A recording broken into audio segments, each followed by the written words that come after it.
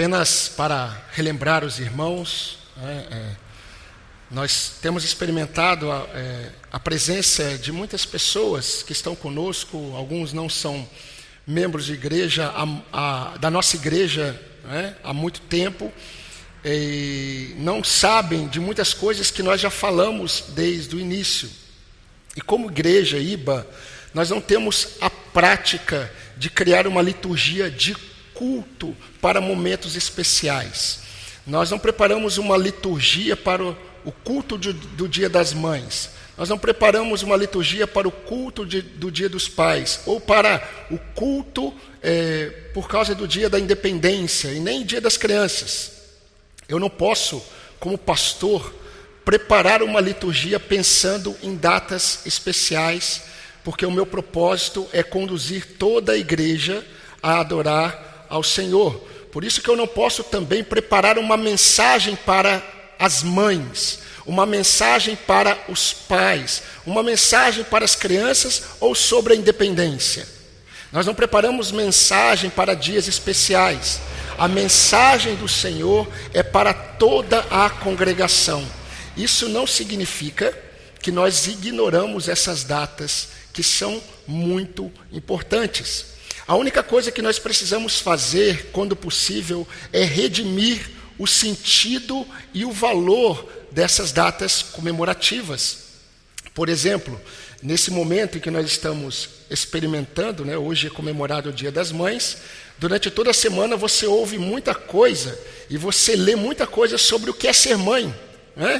Algumas frases comuns aparecem nesse momento: ser mãe mas eu quero incentivar você a não se apropriar de mensagens da internet dizendo para você o que é ser mãe, quando na palavra de Deus nós temos algo muito mais sublime e profundo. Por exemplo, ser mãe é uma missão que Deus deu a você, e toda missão dada é uma missão que deve ser cumprida com zelo e excelência. É um ministério.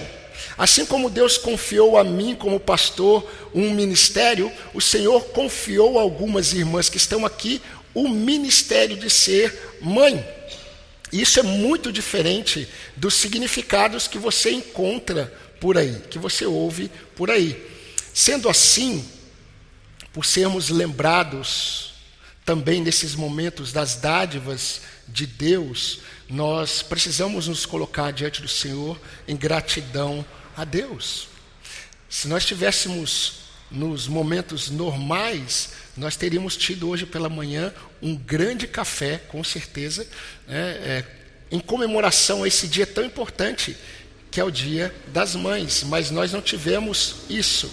Porém, no final do culto, eu quero orar com todas as mães da nossa igreja e também, rapidamente, dizer 3 palavras para as nossas irmãs, as que são mães, as que serão e as que ainda não pretendem ser.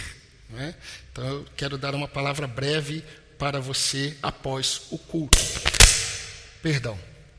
Convido você a abrir a palavra de Deus na Epístola aos Hebreus, capítulo 12, versículo 28. Nós vamos hoje entrar no capítulo 13, caminhando para o fim dessa epístola, mas nós precisamos partir do versículo 28, que nós falamos domingo passado, 28 e 29, ignorar esse título que está aí na sua Bíblia e continuarmos no texto, porque o texto no original é uma sequência, não tem títulos, tá bom? E muitas vezes os títulos que foram colocados para facilitar o entendimento, ele quebra o entendimento do discurso do autor, daquilo que está na mente do autor. Então vamos ler Hebreus 12, de 28 até o 13, versículo 6. Diz assim a palavra do Senhor: por isso, recebendo nós um reino inabalável, retenhamos a graça, pela qual sirvamos a Deus de modo agradável, com reverência e temor, porque o nosso Deus é fogo consumidor. Seja constante o amor fraternal. Não se esqueçam da hospitalidade, pois alguns, praticando-a sem o saber, acolheram anjos. Lembrem-se dos presos como se estivessem na cadeia com eles, ou presos com eles. dos que sofrem maus tratos, como se vocês mesmos fossem os maltratados. Digno de honra entre todos seja o matrimônio, bem como o leito conjugal sem mácula, porque Deus julgará os impuros e os adúlteros. Que a vida de vocês seja isenta de avareza. Contentem-se com as coisas que você tem, porque Deus disse: de maneira alguma deixarei você, nunca jamais o abandonarei.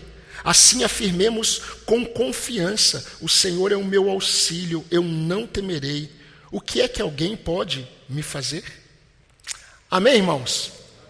Vamos parar por aqui, mas nós precisamos perceber que o Senhor, Ele se revelou a nós em Cristo, e a forma como o Senhor se revelou a nós em Cristo, nós precisamos entender que seria como nós estivéssemos sendo colocados, ou seria como ter sido colocado como um crente na entrada de uma caverna repleta de pedras preciosas.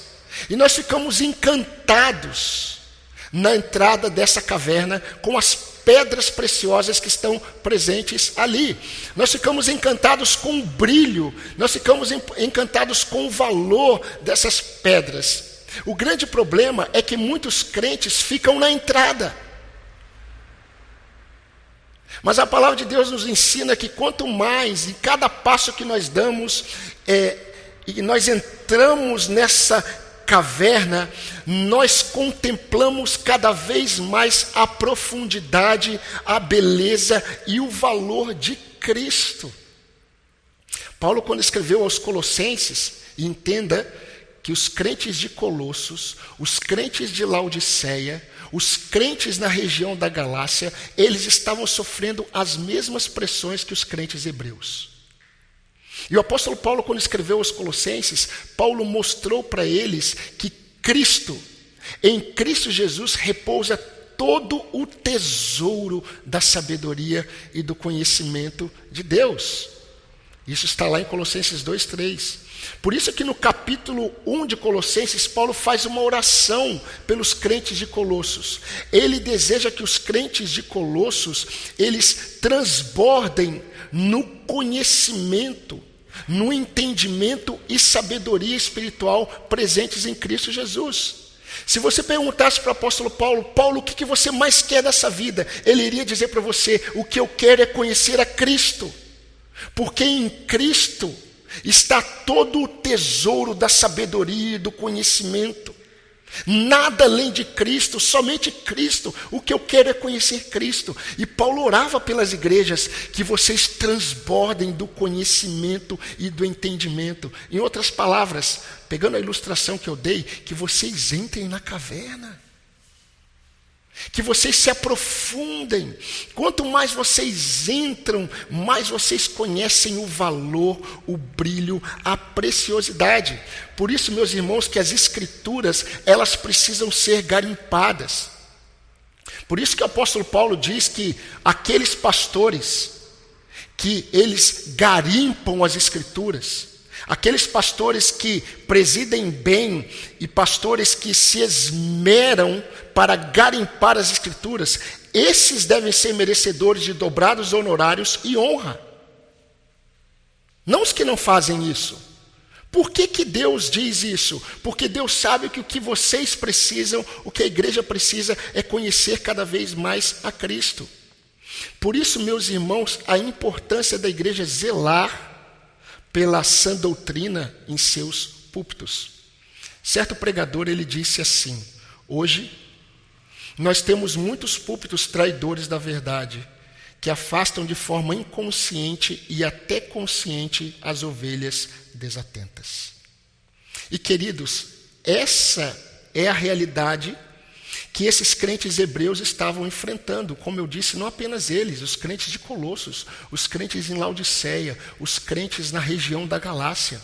Eles estavam experimentando isso. Mas será como que eu já ia falar o apóstolo Paulo, mas será como que o autor de Hebreus, ele termina essa epístola? Meus irmãos, uma das epístolas mais ricas e profundas sobre Cristo, Hebreus, como que ele termina? Ele falou do início ao fim sobre a supremacia de Cristo. E como que ele vai terminar essa epístola? Qual é o assunto? O que ele deseja que a igreja remova? O que ele deseja que a igreja acrescente? Pois bem, como nós vimos domingo passado, mais uma vez, aqueles que estão em Cristo, eles estão em um reino inabalável. Nós estamos seguros em um reino inabalável. E nós vimos que esse reino inabalável, ele tem um rei inabalável.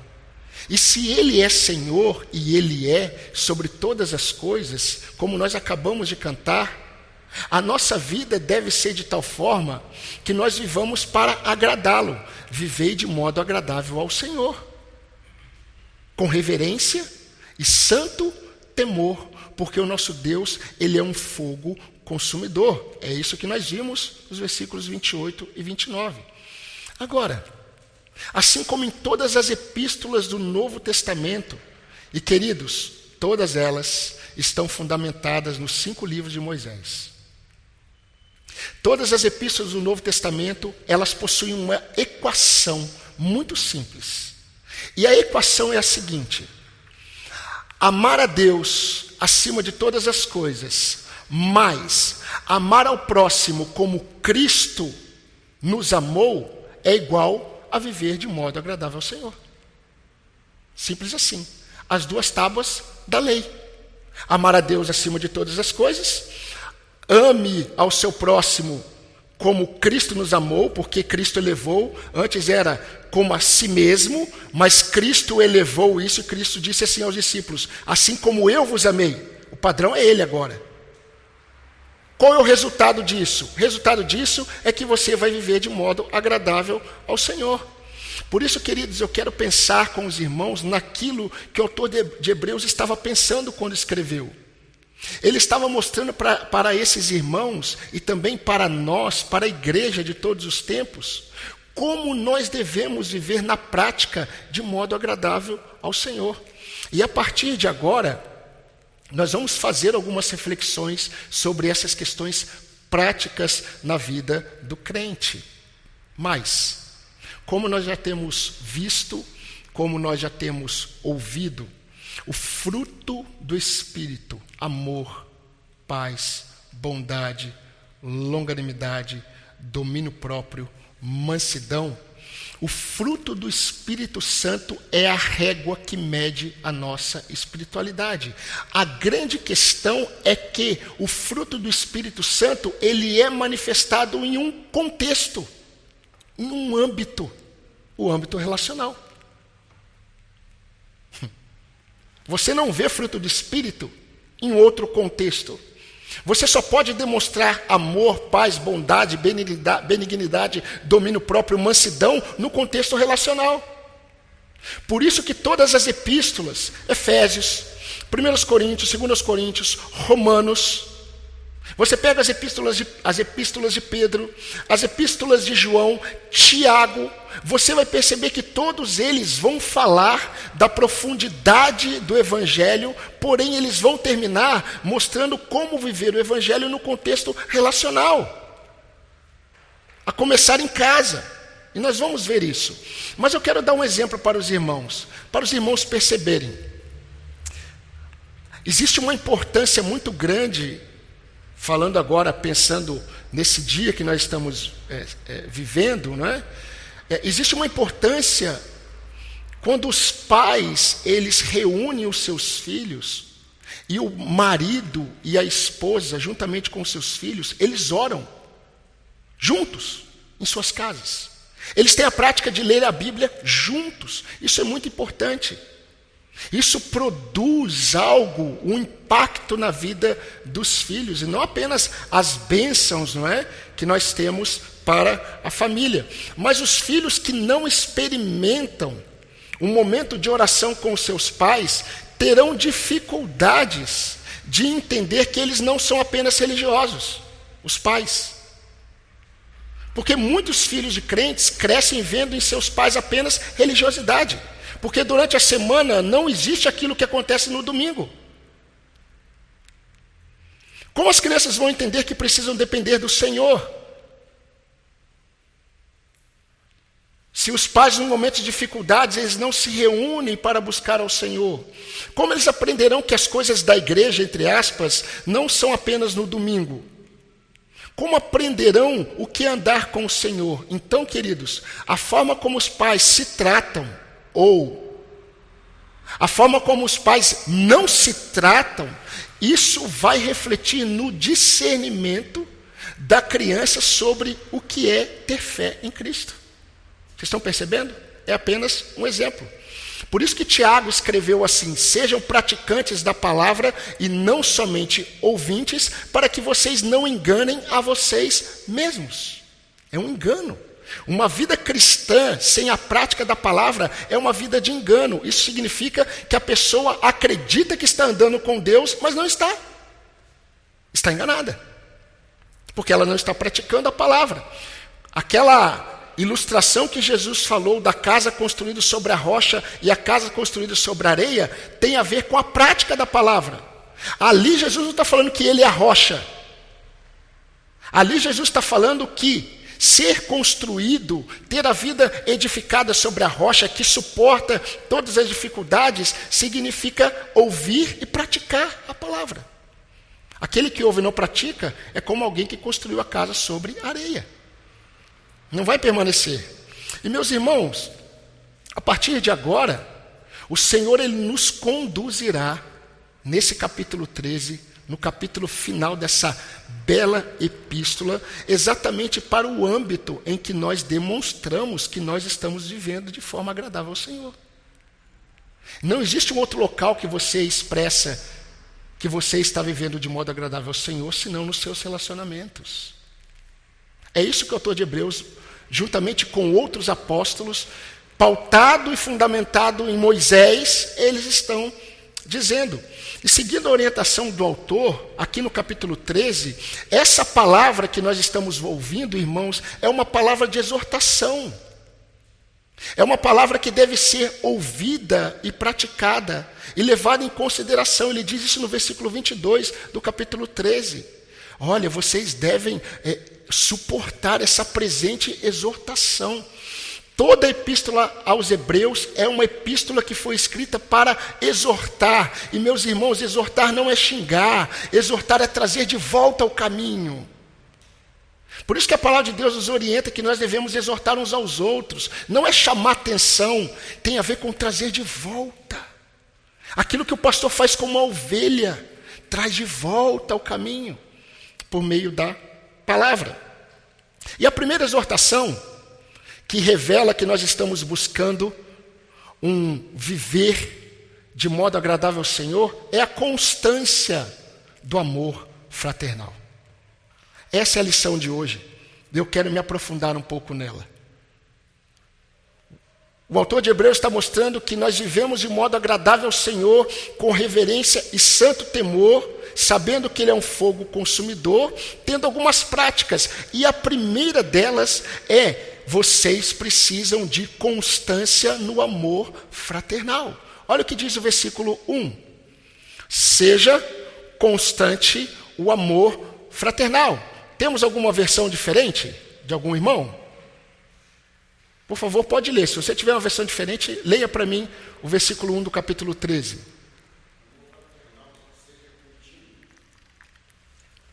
O amor fraternal seja contínuo. Mais alguma versão diferente? O que o autor de Hebreus está dizendo aqui? Quando ele diz, seja constante o amor fraternal.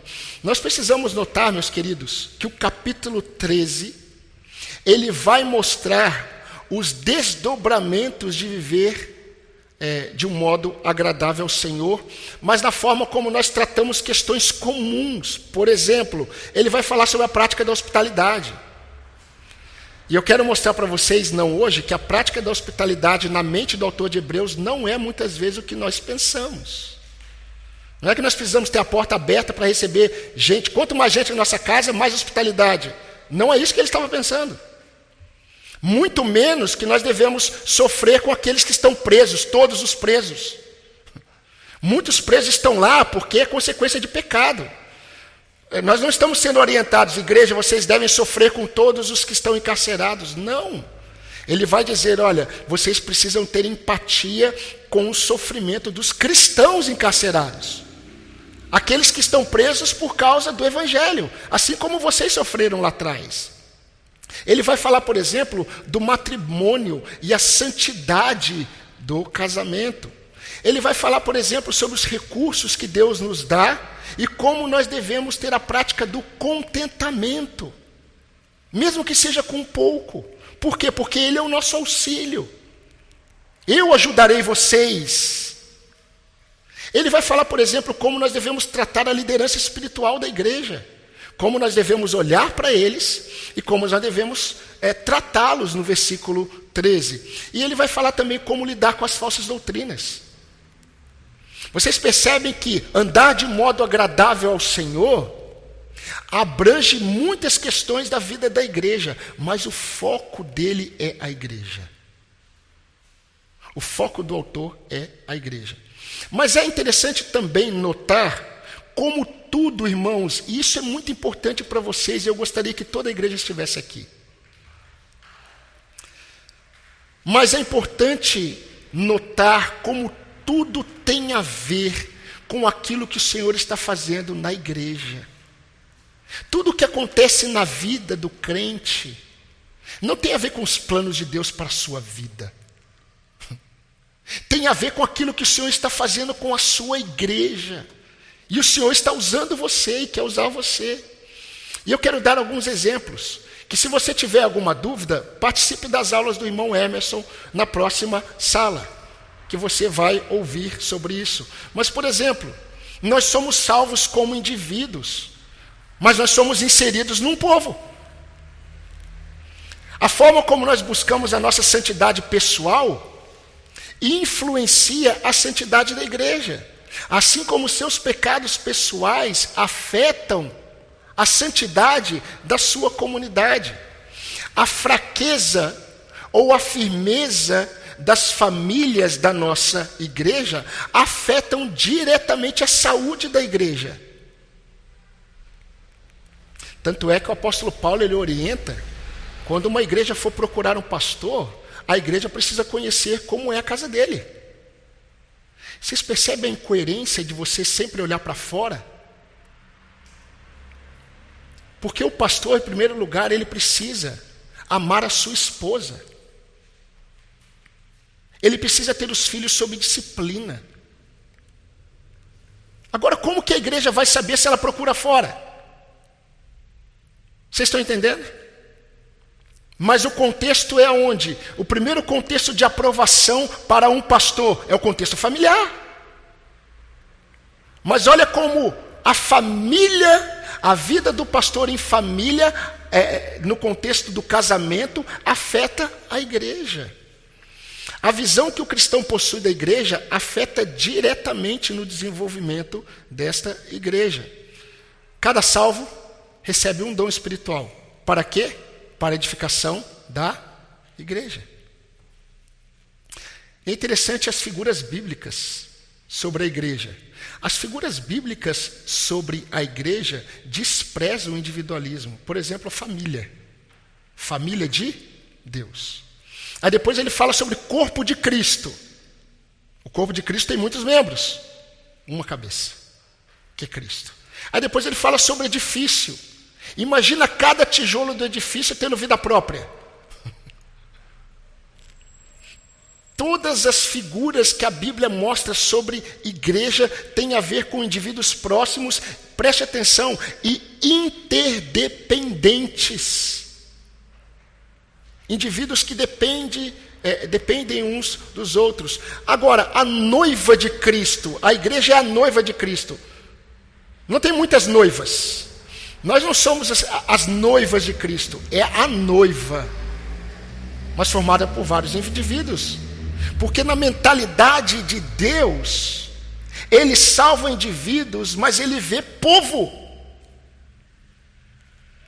Ele vê família, Ele vê edifício, Ele vê corpo, Ele vê uma figura noiva. Tanto é que as duas ordenanças, batismo e ceia, identificam o crente com a igreja, com o povo de Deus.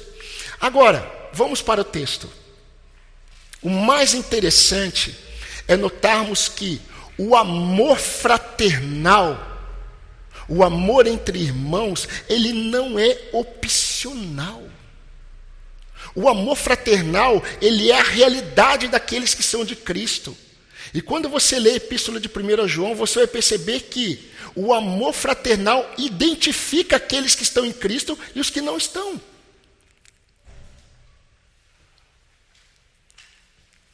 Se mantemos comunhão uns com os outros, o sangue de Jesus Cristo nos purifica de todos os pecados. Agora, aquele diz que está em Cristo, mas não ama o seu irmão, ele é mentiroso. E nele não está a verdade, ele está enganado. Então identifica. Por isso que o amor fraternal ele não é opcional, ele é a realidade daqueles que são de Cristo. Então, preste atenção como ele começa. Ele diz assim na minha versão, seja. Ele não diz, se possível. Ele diz, seja. E eu quero pensar rapidamente com vocês sobre duas verdades inseridas aqui, que numa leitura rápida muitas vezes a gente não percebe. Em primeiro lugar, a primeira verdade que eu quero considerar, que o autor inspirado considera, é que o amor fraternal, ele está presente. Reforçando, o amor fraternal, ele está presente. Não existe a possibilidade de uma comunidade cristã que se diz bíblica sem a prática do amor fraternal. Por isso que o apóstolo Paulo, quando escreve aos Romanos, capítulo 12, versículo 9, ele diz assim, o amor seja sem hipocrisia. Preste atenção nisso, porque ele não está dizendo assim, a necessidade de ter um amor. Ele diz assim, o amor que existe, ele precisa ter uma qualidade. Ele deve ser sem hipocrisia, porque ele não considera a possibilidade de não existência do amor. Por isso que Paulo escrevendo, ele diz, seja sem hipocrisia. Aqui o autor de Hebreus diz, o amor seja, porque já existe. Leia 1 Coríntios 12, 1 Coríntios 13, não precisa ser agora. Leia João capítulo 13, João capítulo 15. Leia 1 João inteiro e você vai perceber que não existe na mente de Deus, povo dele, sem a presença do amor fraternal. O amor fraternal existe. Por isso que algumas traduções traduziram o versículo 1 do capítulo 13 assim, permaneça. Permaneça o amor fraternal. Ou continue a existir. Por quê? Porque já existe. Se o texto diz continue a existir, porque ele considera que já existe. E meus irmãos, nós já vimos que a nossa devoção pessoal ao Senhor, ela determina esse amor fraternal na prática. E eu quero repetir isso. É a nossa devoção pessoal ao Senhor que determina o vislumbre desse amor fraternal na prática. O Espírito Santo presente em nós, pelo fruto do Espírito, ele nos habilita, e ele nos capacita, ele nos transforma de rebeldes em submissos. É o Espírito Santo em nós que transforma, ele não apenas nos capacita para que vivamos o amor fraternal, mas ele nos transforma. Por isso que Paulo, e eu gostaria muito que você conseguisse fazer o link, porque o texto que nós acabamos de ler no versículo 28 e 29 de Hebreus, ele está mostrando que nós devemos viver de modo agradável ao Senhor, com reverência e santo temor. Paulo vai falar sobre isso em Efésios capítulo 5. Ele vai dizer que nós devemos procurar viver de modo agradável ao Senhor. E ele vai dizer que nós devemos viver no temor de Cristo. Mas ele diz assim, sujeitando-vos uns aos outros no temor de Cristo. Submissão. Submetam-se uns aos outros no temor de Cristo. Está lá no capítulo 5, versículo 21. O Espírito Santo, ele nos capacita, irmãos, e nos transforma de egoístas em humildes. Por isso que eu falo que a sua devoção pessoal é a sua rendição ao Espírito Santo de Deus que vai produzir nessa igreja local não apenas a visualização do amor fraternal, que já existe, mas o aumento, a constância e a permanência desse amor. A humildade, meus irmãos, ela é o cerne para que tratemos o nosso coração em relação aos nossos irmãos de fé. É a humildade é o cerne para que nós tratemos o nosso coração em relação aos nossos irmãos. Nós precisamos, por exemplo, de humildade quando nós recebemos críticas. Nós precisamos de humildade para reconhecermos os nossos pecados, para não ficarmos nos justificando. Nós precisamos de humildade para repararmos as faltas. Muitas faltas que nós cometemos precisam ser reparadas. Nós precisamos voltar. Nós precisamos ir até pessoas. E nós precisamos buscar reparar o erro que nós cometemos. Isso tem a ver com humildade. Isso tem a ver com rendição. Nós precisamos de humildade para servirmos ao invés de desejarmos ser servidos.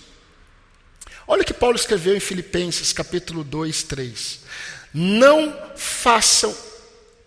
E se a gente conseguisse viver esse versículo aqui, durante a semana já faria a diferença. Não façam nada por interesse pessoal ou vaidade, mas por humildade, cada um considerando os outros superiores a si mesmo. Por isso que é o Espírito Santo em nós, que nós somos habilitados, e nós somos transformados de individualistas em servos. Meu irmão, minha irmã, você precisa acreditar que você é muito individualista. Você busca os seus próprios interesses sempre.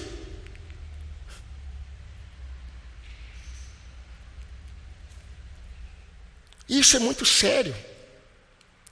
Jesus, quando ele ouviu seus discípulos questionando quem é o maior, quem vai ser o melhor, Jesus diz, olha, aquele que quer ser o primeiro entre vocês, seja o que sirva.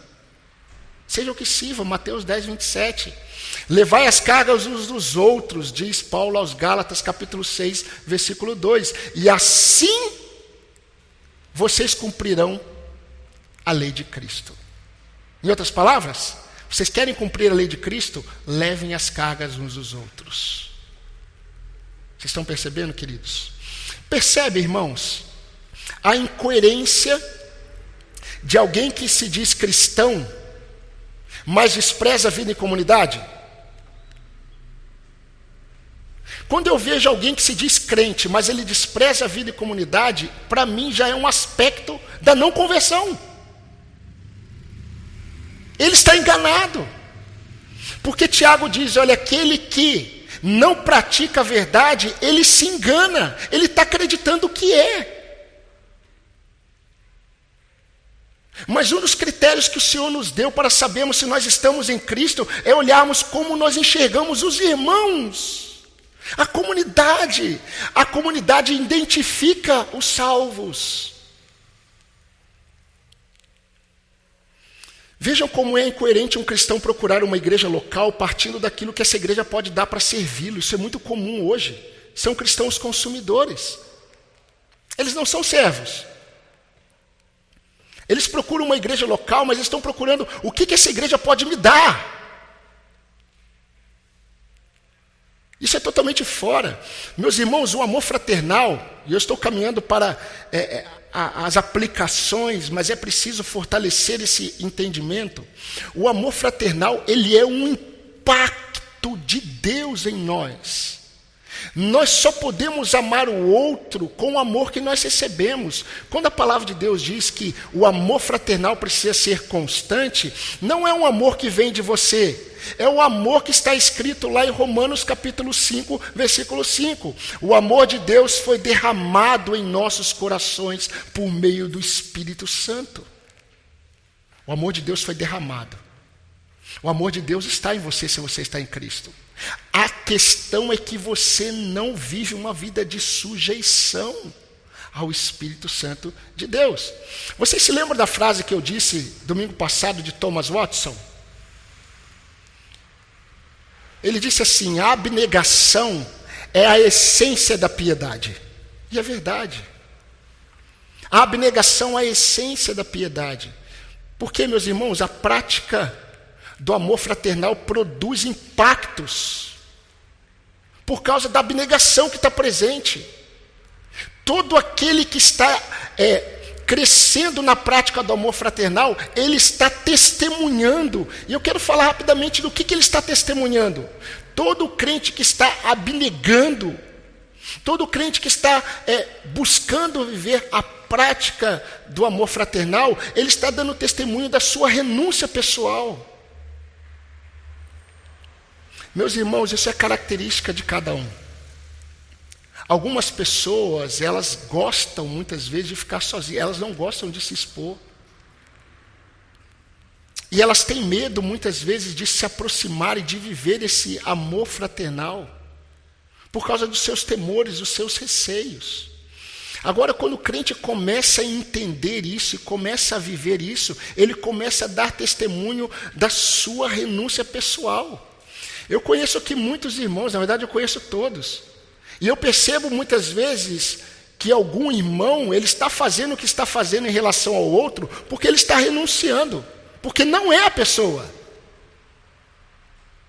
Ela está renunciando aos seus próprios interesses, visando a edificação. Ela está praticando Romanos 15, 1 e 2. Então, a prática do amor fraternal produz esses impactos na comunidade, porque você dá testemunho da renúncia pessoal. Olha o que Paulo escreveu. Portanto, cada um de nós, preste atenção, cada um de nós agrade ao próximo, no que é bom para a edificação, porque também Cristo não se agradou a si mesmo. Romanos 15, 2 e 3. Então você também dá testemunho da sua obediência a Cristo. Quando Jesus lá em João 13 é relatado que ele diz assim, olha, vocês devem amar como eu vos amei. Não é de qualquer forma, é como eu. Eu sou o padrão. Assim como eu vos amei, vocês devem amar. E nós damos testemunho da unidade que Jesus Cristo orou em João 17.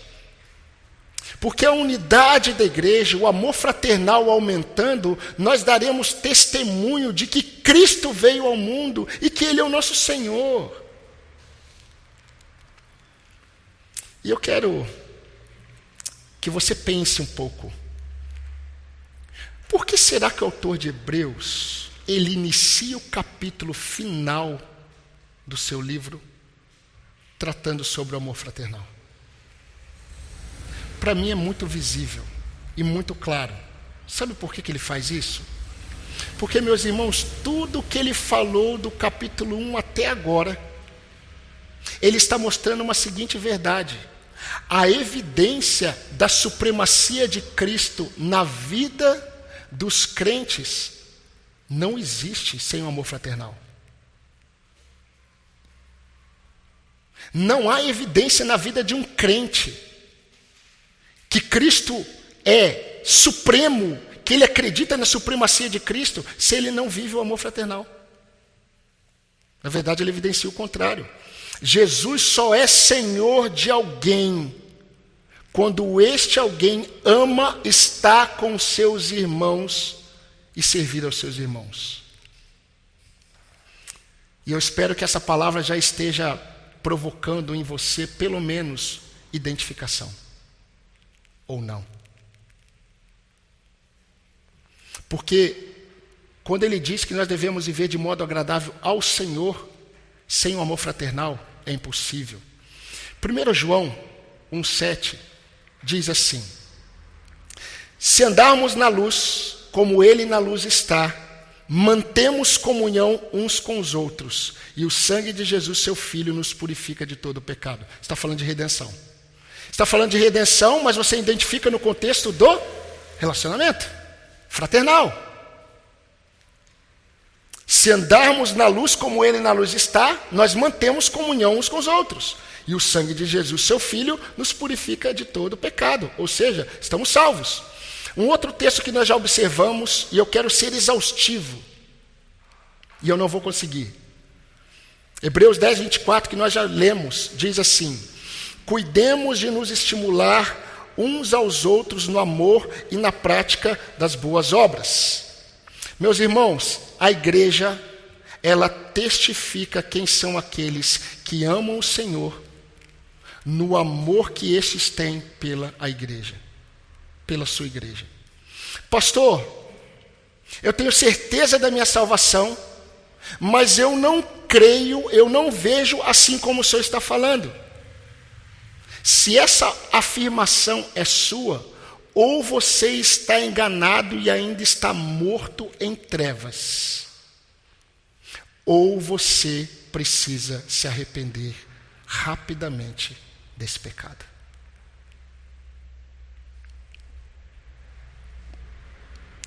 Eu quero falar rapidamente sobre uma dicotomia que a gente faz. A gente divide o que é indivisível. Nós não podemos dividir aquilo que na mente de Deus não se divide. E nós vamos observar que é a segunda verdade que eu quero pensar aqui com vocês, que o autor de Hebreus ele está pensando. Ele não está pensando que o amor já existe. Ele está mostrando que a constância do amor fraternal é um alvo a ser perseguido. A constância do amor fraternal é um alvo a ser perseguido. E meus irmãos, independente da sua versão bíblica, está claro no texto que por considerar que o amor fraternal ele já existe, ele já é presente na vida dos crentes, a exortação diz que seja constante, que seja permanente. Na verdade, Paulo vai dizer para os Tessalonicenses que aumente, que progride cada vez mais. E eu quero rapidamente ler esse texto para você. 1 Tessalonicenses 4, 9 e 10 diz: quanto ao amor fraternal, não há necessidade de que eu lhes escreva, porque vocês mesmos foram instruídos por Deus a amar uns aos outros. Quando que Deus instruiu os crentes de Tessalônica? Em Cristo.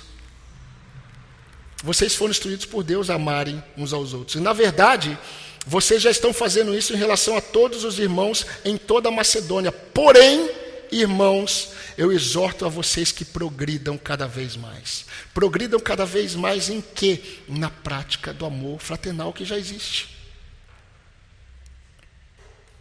É isso que o autor de Hebreus está mostrando. Mas, meus irmãos, é aquela bendita necessidade de perseverarmos naquilo que é certo.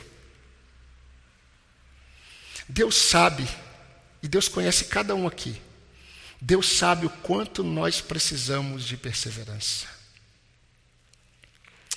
Meus irmãos, quando nós olhamos o capítulo 10, versículo 36, o autor de Hebreus está dizendo assim: vocês precisam perseverar. Vocês precisam perseverar para que vocês alcancem as promessas. Vocês precisam perseverar para estarem firmes em Cristo Jesus. Agora aqui, ele está mostrando algo um pouco diferente. Ele está falando que a perseverança no amor fraternal revela exatamente que estamos fazendo a vontade de Deus. Isso muitas vezes nós não percebemos. Meus irmãos, é impressionante, eu fico impressionado, a nossa facilidade, a facilidade que nós temos para esmorecermos, não é verdade? Eu coloquei aqui alguns exemplos. Nós esmorecemos facilmente na oração. Nós esmorecemos facilmente na leitura da palavra. Nós esmorecemos facilmente na luta contra o pecado. Nós esmorecemos facilmente na confiança ao Senhor. Nós esmorecemos na dedicação àquilo que o Senhor nos confiou. Irmãs, mães, muitas vezes você esmorece quanto à excelência da missão que Deus confiou a você do ministério da maternidade. Sabe o que é interessante? Nós nunca esmorecemos em relação àquilo que é errado. O nosso esmorecimento sempre está em relação àquilo que é o certo. E nós precisamos perceber que esse esmorecimento também está presente em relação ao nosso amor aos irmãos. Vocês acham que o apóstolo Paulo era um referencial de fé? Ele era. E o apóstolo Paulo diz: não nos cansemos de fazer o bem. Ele não diz para a igreja: não se cansem. Ele diz: não nos cansemos de fazer o bem. Está lá em Gálatas 6:9. Por quê? Ele se inclui. Porque nós nos cansamos facilmente. E meus irmãos, se a primeira verdade considera que o amor fraternal existe, a segunda verdade nos mostra que nós não podemos desistir em amar os irmãos. Nós não podemos desistir em servir uns aos outros. Nós não podemos esmorecer no cuidado uns dos outros. Nós não podemos desfalecer no amor para com os nossos irmãos. Pelo contrário, isso deve aumentar cada vez mais. E agora eu quero aplicar essa verdade do versículo 1. Queridos, nós não temos um título de igreja como simplesmente igreja por um acaso. Nós não achamos bonito esse título. Ah, olha, essa igreja, porque se você colocar na internet simplesmente igreja, tem um monte. E nós não colocamos simplesmente igreja porque nós queremos, nós achamos bonito esse termo. Simplesmente igreja tem a ver com a simplicidade do Evangelho. Tem a ver com a simplicidade do que é ser igreja. Tem a ver com a simplicidade do Evangelho e não ignora a profundidade de Deus. Mas nós percebemos que quando nós ignoramos, quando um crente não entende a simplicidade do Evangelho, quando um crente não entende a profundidade do que é ser igreja, ele sempre vai buscar em uma igreja algo para ele consumir. Por exemplo, um bom estacionamento para o meu carro. Essa igreja tem? Um bom trabalho com crianças, essa igreja tem? Eu gostaria de definir o bom. Essa igreja, ela tem boa música para os meus ouvidos? Porque eu não consigo, meu ouvido é muito...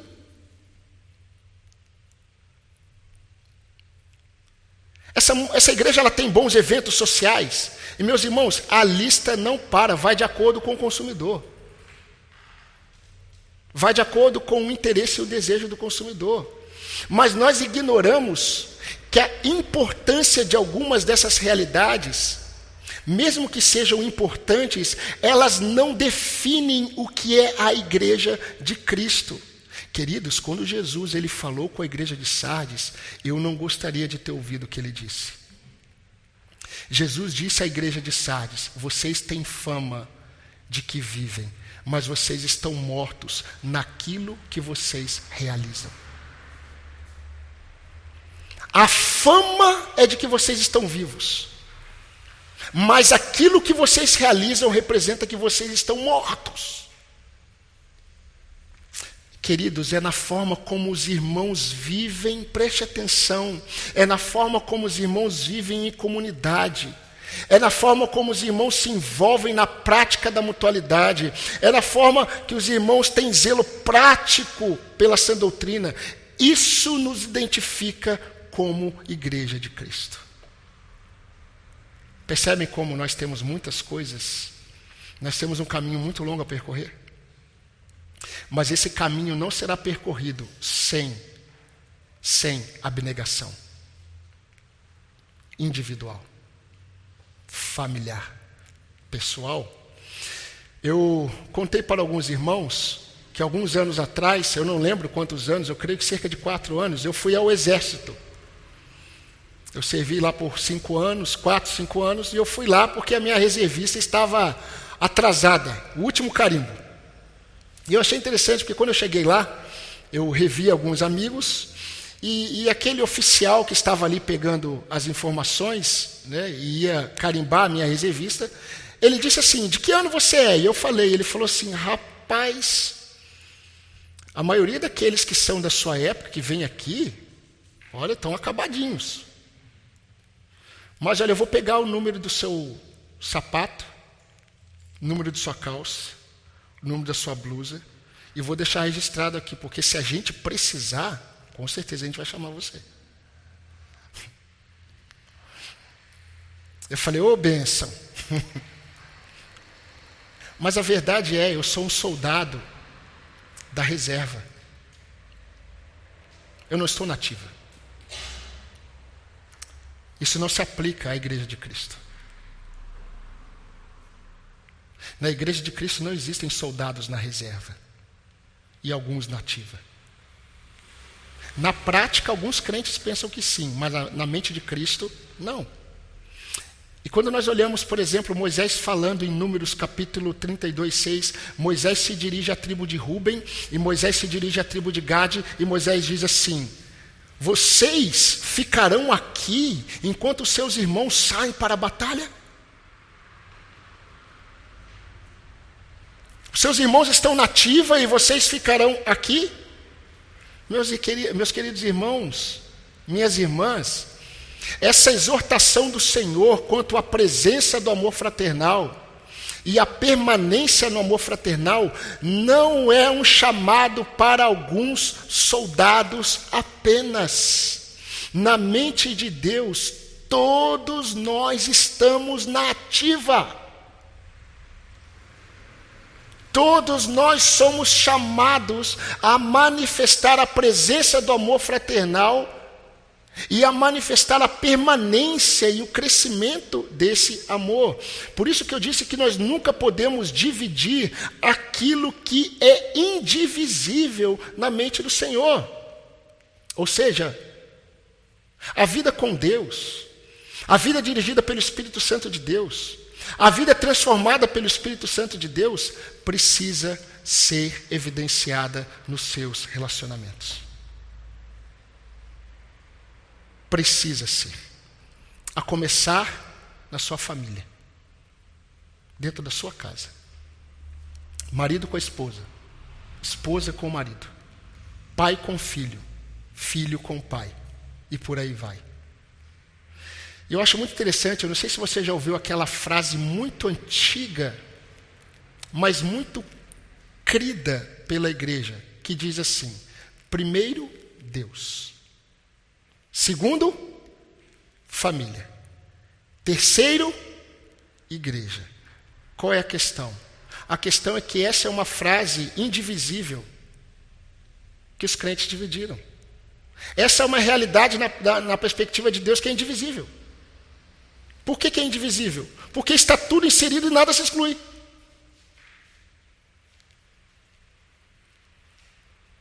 Você não consegue amar a Deus, depois família, depois igreja.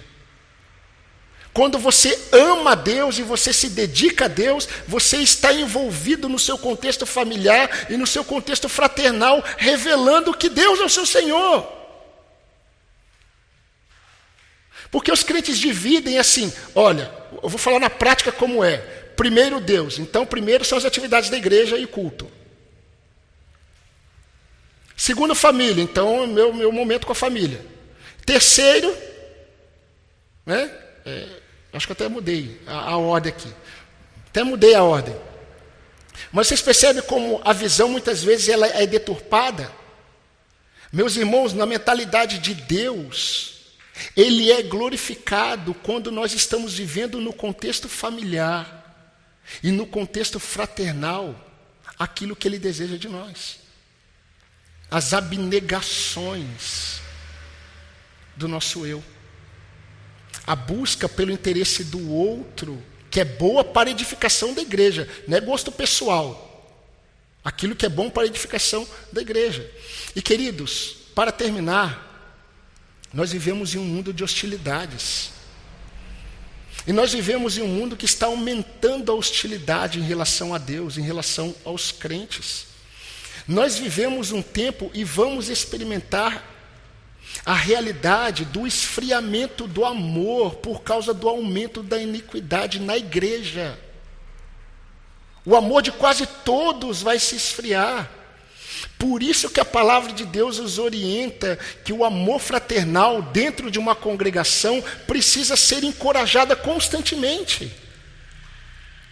Eu sei que para os irmãos essa mensagem pode ser um pouco maçante, no sentido de, puxa, é um assunto que eu já conheço. Eu me deparei certo tempo atrás com um irmão que ensinava constantemente na igreja, e ele falou assim: eu não aguento mais ensinar sobre mutualidade. E eu perguntei para ele: o quanto você pratica, irmão? Ele falou: puxa, eu nunca pensei nessa perspectiva. Eu falei: olha, nunca deixe de falar o que Deus nunca deixa de falar. Continue falando sobre a mutualidade. Continue falando sobre o amor fraternal. Por outro lado, nós vivemos em um tempo em que a igreja evangélica fala muito sobre amor. Mas é interessante porque é um amor que aceita tudo que Deus rejeita. Não é o amor bíblico. E o amor bíblico, ele rejeita muitas coisas que nós aceitamos como amor. E um deles é que nós aceitamos um tipo de amor que cada um busca os seus próprios interesses. E ninguém busca agradar o outro no que é bom para a edificação da comunidade. Então o que nós precisamos manifestar, meus irmãos, nesse amor? Nós precisamos submeter o nosso egoísmo e individualismo ao Espírito Santo. Nós precisamos ter em nós o mesmo sentimento que houve em Cristo Jesus. Nós precisamos considerar as necessidades dos nossos irmãos superiores às nossas. Ou seja, sujeite-se em serviço aos irmãos da sua comunidade, em temor de Cristo Jesus. Não viva para agradar você e os seus, mas agrade o outro que for bom para a edificação da igreja. Não seja, repita isso para outros crentes. Não seja um crente consumidor. Seja um crente servo. Pais, ensine os seus filhos que a igreja não é um lugar para consumir. A igreja é um lugar para servir. Não fique olhando para os pecados dos outros, dos seus irmãos, se você não se coloca para orar por eles. E muito menos você se coloca para exortar o seu irmão em amor. Não exija de sua igreja local, em relação a você, algo em relação a você, que você não esteja disposto a fazer pelos seus irmãos.